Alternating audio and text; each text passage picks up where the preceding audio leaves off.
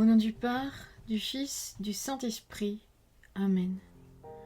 Seigneur Jésus, tu connais mon inconstance et mon infidélité. Tu sais combien je suis faible. Alors je demande en ton nom que notre Père céleste envoie son Esprit pour que quotidiennement je puisse entreprendre la lecture du catéchisme de l'Église catholique et que mon cœur s'ouvre à la tradition enseignée par ton Église, ma mère. Que je puisse ajuster toutes mes actions et mes œuvres à son enseignement. Mon Jésus, avec confiance j'abandonne la constance et la fidélité de toute la démarche entre tes mains.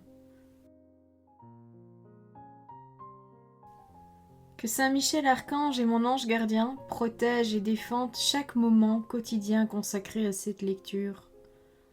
Maintenant, avec toi et par ta voix, disons: Notre Père, qui es aux cieux, que ton nom soit sanctifié, que ton règne vienne, que ta volonté soit faite sur la terre comme au ciel. Donne-nous aujourd'hui notre pain de ce jour.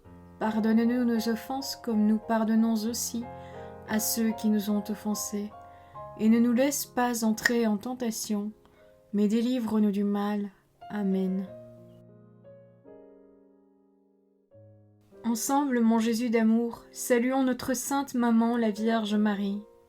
Entre ses mains, je remets mon cœur, mon âme, ma volonté et ma vie, afin que par ses soins règne en moi la volonté du Père, et qu'en ses mains mes œuvres soient gardées, transformées, en parfaite offrande rayonnante de la lumière de Dieu, pour sa gloire, le salut des âmes et la consolation des âmes du purgatoire. Je te salue Marie, comblée de grâce. Le Seigneur est avec toi, tu es bénie entre toutes les femmes, et Jésus, ton enfant, est béni. Sainte Marie, Mère de Dieu, prie pour nous, pauvres pécheurs, maintenant et à l'heure de notre mort. Amen. Je te salue Marie, comblée de grâce, le Seigneur est avec toi. Tu es bénie entre toutes les femmes, et Jésus, le fruit de tes entrailles, est béni. Sainte Marie, Mère de Dieu, prie pour nous, pauvres pécheurs, maintenant et à l'heure de notre mort. Amen. Je te salue Marie, comblée de grâce, le Seigneur est avec toi, tu es bénie entre toutes les femmes, et Jésus, le fruit de tes entrailles, est béni. Sainte Marie, Mère de Dieu, prie pour nous pauvres pécheurs, maintenant et à l'heure de notre mort. Amen. Ô Saint-Esprit, par l'intercession du cœur immaculé de la Sainte Vierge Marie, et par le cœur chaste de Saint Joseph, donne-moi un cœur doux, humble, pur, miséricordieux et charitable. Rends-moi docile à tes célestes inspirations et prompte à y répondre. Que mon cœur enflammé de ton amour soit en toutes ses œuvres dans la volonté du Père, œuvrant ainsi sous ton joug léger et joyeux. Père céleste, je fais ces demandes par les mérites, les œuvres et les souffrances de Jésus-Christ, ton Fils bien-aimé. En mon nom, au nom des âmes de ma famille, au nom des âmes de mes proches, au nom des âmes qui se sont recommandées à mes prières, au nom des âmes constituant ta Sainte Église, le pape, les cardinaux, les évêques, les prêtres, les religieux et religieuses, les laïcs, au nom des âmes qui ne te connaissent pas, des âmes des païens, des âmes des hérétiques, des âmes des apostats et des âmes froides, en tout temps, dans les siècles des siècles. Amen. Deuxième point, les désirs de l'esprit. Numéro 2541. L'économie de la loi et de la grâce détourne le cœur des hommes de la cupidité et de l'envie. Elle l'initie au désir du souverain bien, elle l'instruit des désirs de l'Esprit Saint qui rassasie le cœur de l'homme. Le Dieu des promesses a depuis toujours mis l'homme en garde contre la séduction de ce qui, depuis les origines, apparaît bon à manger, agréable aux yeux, plaisant à contempler. Voir le livre de la Genèse, chapitre 3, verset 6. Numéro 2542. La loi confiée à Israël n'a jamais suffi à justifier ceux qui étaient soumis. Elle est même devenue l'instrument de convoitise. « Voir la lettre aux Romains, chapitre 7, verset 7. L'inadéquation entre le vouloir et le faire, voir la lettre aux Romains chapitre 7 verset 15, indique le conflit entre la loi de Dieu qui est la loi de la raison et une autre loi qui m'enchaîne à la loi du péché qui est dans mes membres. Voilà la lettre aux Romains chapitre 7 verset 23.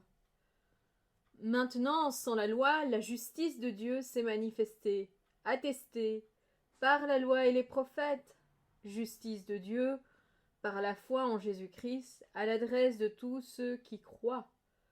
Voilà la lettre aux Romains, chapitre 3, versets 21 et 22. Dès lors, les fidèles du Christ ont crucifié la chair avec ses passions et ses convoitises. Voilà la lettre aux Galates, chapitre 5, verset 24. Ils sont conduits par l'Esprit. Voilà la lettre aux Romains, chapitre 8, verset 14.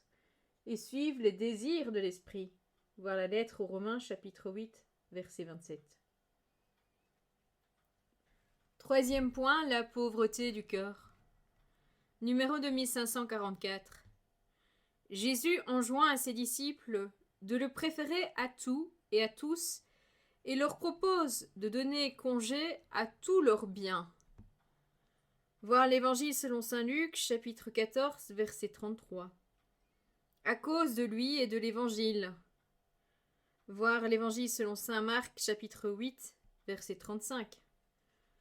Peu avant sa passion, il leur a donné en exemple la pauvre veuve de Jérusalem qui, de son indigence, a donné tout ce qu'elle avait pour vivre.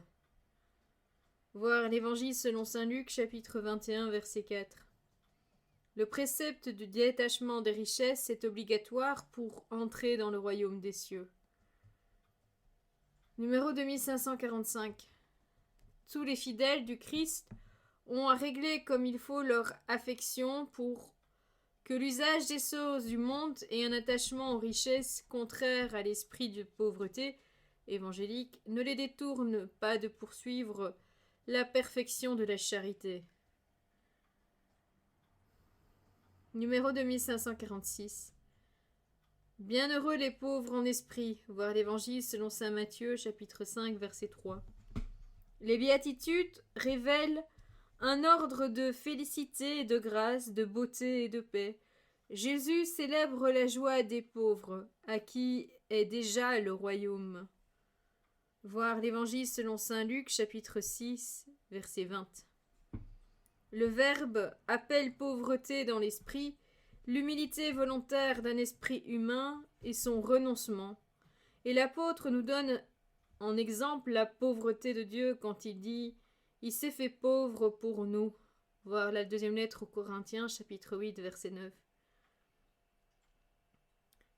Extrait de saint Grégoire de Nicée. Numéro 2547. Le Seigneur se lamente sur les riches, parce qu'ils trouvent, dans la profusion des biens, leur consolation. Voir l'Évangile selon saint Luc, chapitre 6, verset 24. L'orgueilleux cherche la puissance terrestre, tandis que le pauvre en esprit cherche le royaume des cieux. Saint Augustin. L'abandon à la providence du Père du ciel libère de l'inquiétude du lendemain. Voir l'Évangile selon saint Matthieu, chapitre 6, les versets 25 à 34. La confiance en Dieu dispose à la béatitude des pauvres. Ils verront Dieu. Voilà, c'est tout pour aujourd'hui. Je vous souhaite à tous une bonne et sainte journée. Que le Seigneur nous bénisse tous, que votre ange gardien veuille bien sur chacun d'entre vous et que la paix habite votre cœur ainsi que les cœurs des membres de votre famille. Au nom du Père, du Fils, du Saint-Esprit. Amen.